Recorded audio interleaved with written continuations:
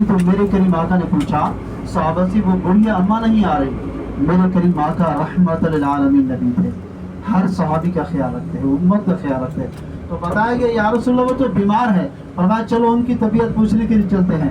حضور علیہ الصلوۃ والسلام جب یہاں تشریف لائے، نماز کا وقت ہوا، ہمارا سب سے جو پہلا قبلہ ہے وہ کون سا ہے؟ بیت المقدس، مسجد اقصی جو کہ فلسطین میں ہے۔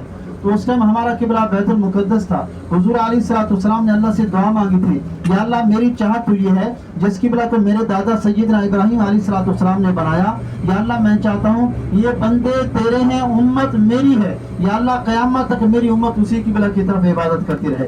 حضور علیہ الصلوۃ والسلام جب یہاں آئے، نماز کا وقت ہوا، عصر کی نماز تھی، تو حضور علیہ الصلوۃ والسلام نے یہاں نماز پڑھانا شروع کی۔ پہلی رکعت بیت المقدس، دوسری بیت المقدس۔ جب تیسری رکعت کے لوگ تھے تو اللہ نے قرآن نازل فرما دیا، قال اللہ تعالی قد نرى تقلب وجهك في السماء فلنولينك قبلة ترضاها فول وجهك شطر المسجد الحرام۔ اے حبیب آپ کا بار بار آسمانوں کی طرف دیکھنا، میں اللہ دیکھ رہا ہوں۔ اے میرے حبیب آپ جس قبلہ کو چاہتے ہیں اپنا رخ انور اسی قبلہ کی طرف پھیر دیں۔ حضور علیہ الصلوۃ والسلام نے نماز میں حکم نازل ہوا تو نماز میں ہی اپنا چہرہ مبارک پھیر لیا۔